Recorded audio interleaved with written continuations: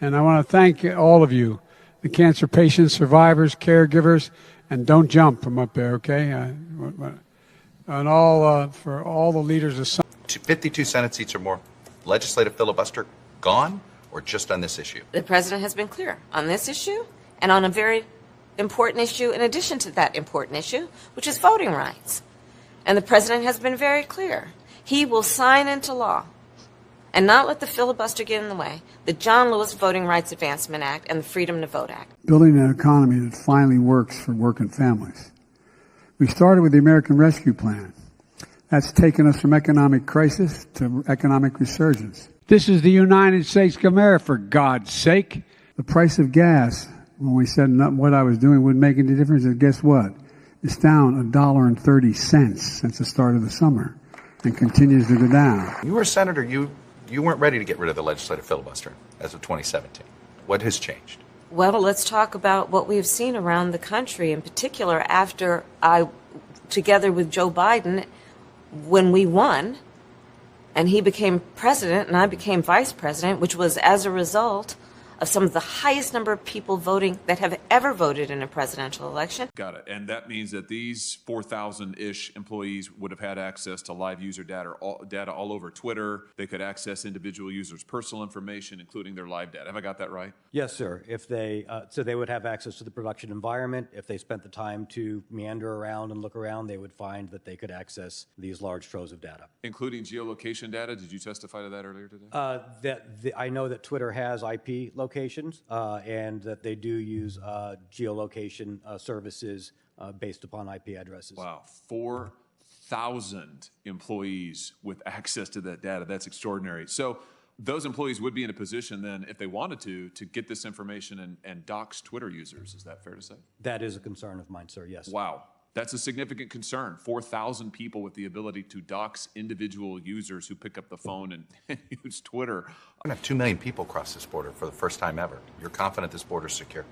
We have a secure border in that is a priority for any nation, including ours and our administration. But there are still a lot of problems that we are trying to fix, given the deterioration that happened over the last 4 years. We also have to put in place a law and a plan for a pathway for citizenship. We can't afford to maintain our overdependence on fossil fuels.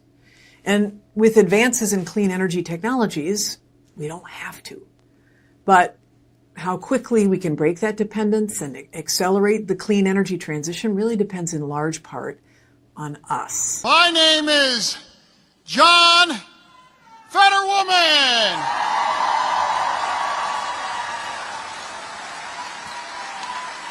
God bless you all, and may God protect our troops. Thank you for listening.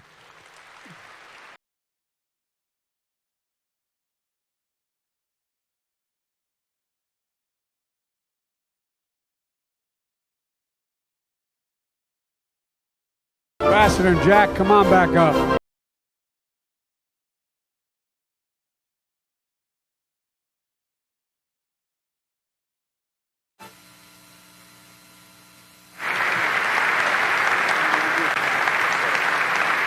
Thank you very much. Stop the fight. Thank you.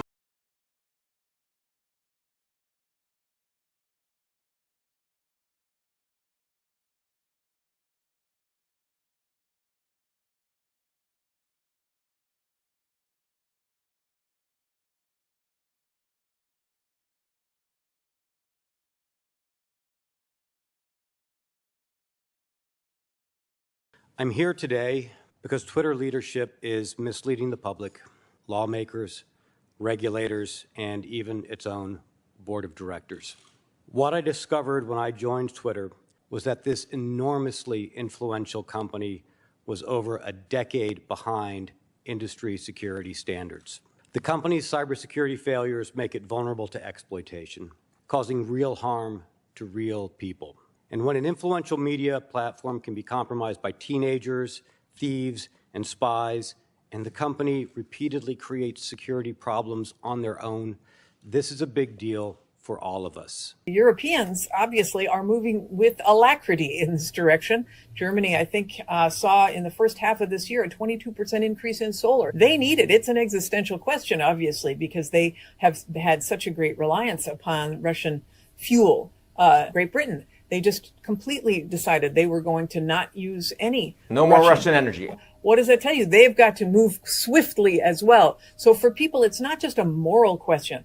It's an issue of, can we get enough reliable energy for our people right now? And of course, because we're talking about the climate and every one of their citizens is experiencing these extreme weather events. So eyes open about how vulnerable we all are when we don't create our own homegrown energy sources. But that is an accelerant as well toward the ultimate goal of getting to 100% clean electricity or net zero by 2050.